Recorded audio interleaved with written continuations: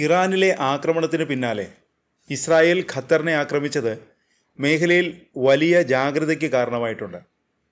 ഖത്തറിൽ നടത്തിയ Arab Islamic രാജ്യങ്ങളുടെ ഉച്ചകോടി മേഖലയിലെ രാജ്യങ്ങളുടെ ഐക്യം വിളംബരം ചെയ്യുന്നതായിരുന്നു. ഖത്തറിനെതിരെ നടന്ന ഇസ്രായേൽ ആക്രമണത്തിൽ UAE ഖത്തറിന് പൂർണ്ണ പിന്തുണ പ്രഖ്യാപിച്ചു. ഖത്തർ ഒറ്റയ്ക്കല്ലെന്നും അറബ് ഇസ്ലാമിക രാജ്യങ്ങളുടെ ഈ ഐക്യശബ്ദം മാറ്റങ്ങൾക്ക് വഴിയൊരുക്കുമെന്നും UAE വ്യക്തമാക്കി. ഗൾഫ് അറബ് ഇസ്ലാമിക രാജ്യങ്ങളിലെ നേതാക്കളുടെ പ്രതിനിധികളും അറബ് ഇസ്ലാമിക് സംഘടനകളും ഉച്ചകോടിയിൽ പങ്കെടുത്തു. വെളുക്കാൻ തേച്ചത് പാണ്ടായി എന്ന അവസ്ഥയിലാണ് ഇപ്പോൾ ഇസ്രായേൽ. ഹമാസിനെ നേരിടാൻ ഖത്തറിൽ ആക്രമണം നടത്തി പുലിവാലി പിടിച്ചിരിക്കുകയാണ് ഇസ്രായേൽ. അതിനിടെ ലെബനനിലെ സായുധ ഗ്രൂപ്പായ ഹിസ്ബുള്ളയുടെ secretary general Sheikh Naim Qassem Saudi അറേബ്യയ്ക്ക് ഒരു സന്ദേശം നൽകിയിരിക്കുന്നു. ഒരു പുതിയ തുടക്കത്തിനായി സൗദിയോട് ആഹ്വാനം ചെയ്തിരിക്കുകയാണ് ഖാസിം. ഖത്തർ ആക്രമണം ഉൾപ്പെടെ മേഖലയിൽ ഇസ്രായേൽ ആക്രമണം വർദ്ധിപ്പിച്ച സാഹചര്യത്തിലാണ് ഹിസ്ബുള്ള തലവന്റെ ആഹ്വാനം. റദ്വാൻ യൂണിറ്റ് നേതാക്കൾ കൊല്ലപ്പെട്ടതിന്റെ 1-ാം വാർഷികത്തിൽ സംസാരിക്കുമ്പോഴായിരുന്നു ഖാസിമിന്റെ പരാമർശങ്ങൾ. ലെബനനിലെ എല്ലാവരോടും, നമ്മൾ ശത്രുത പുലർത്തുന്നവരോട് പോലും അഭ്യർത്ഥിക്കുന്നത് അറിഞ്ഞോ അറിയാതെയോ ഇസ്രായേലിന്റെ സേവകരാകരുത് എന്നാണ് ഖാസിം പറഞ്ഞു.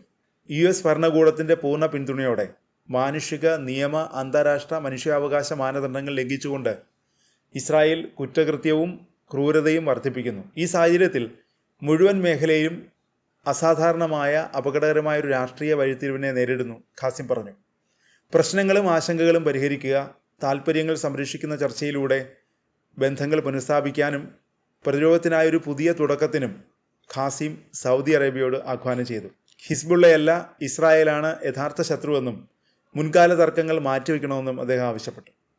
ഹിസ്ബുള്ളയുടെ ആയുധങ്ങൾ ഇസ്രായേലിനെയാണ് ലക്ഷ്യം വെച്ചിരിക്കുന്നത്, ലെബനനെയോ സൗദി അറേബ്യയോ മറ്റേതെങ്കിലും രാജ്യത്തെയോ അല്ലെന്നും ഖാസിം പറഞ്ഞു. ഹിസ്ബുള്ളയ്ക്ക് മേൽ സമ്മർദ്ദം ചെലുത്തുന്നത് ഇസ്രായേലിന് ഗുണം മാത്രമേ ചെയ്യൂ. ഹിസ്ബുള്ള ഇല്ലാതാകുമ്പോൾ ഇസ്രായേലിന്റെ അടുത്ത ലക്ഷ്യം മറ്റ് രാജ്യങ്ങളായിരിക്കുമെന്നും ഖാസിം മുന്നറിയിപ്പ് നൽകി. ഇസ്ലാമിക അറബ് ഐക്യത്തിലൂടെ പ്രാദേശിക സന്തുലിതാവസ്ഥ പുനഃക്രമീകരിക്കുന്നതിനും സംഘർഷങ്ങൾ നിയന്ത്രിക്കുന്നതിനും സൗദി അറേബ്യയെ കൂടി ഉൾപ്പെടുത്തുകയാണ് ലെബനൻ സായുധ ഗ്രൂപ്പിന്റെ ലക്ഷ്യം. ഭിന്നതകൾ മറികടക്കാനുള്ള ഏറ്റവും നല്ല മാർഗമായി ചർച്ചകളെ പ്രോത്സാഹിപ്പിക്കുകയും ലക്ഷ്യമാണ്.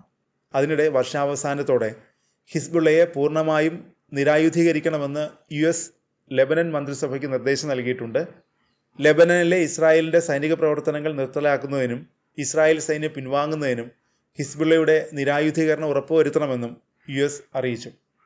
തെക്കൻ ലെബനനിലെ 5 ഇടങ്ങളിൽ നിന്ന് സൈന്യത്തെ പിൻവലിക്കുന്നതിനുള്ള നിർദ്ദേശമാണ് US ലെബനന് നൽകിയിരിക്കുന്നത്.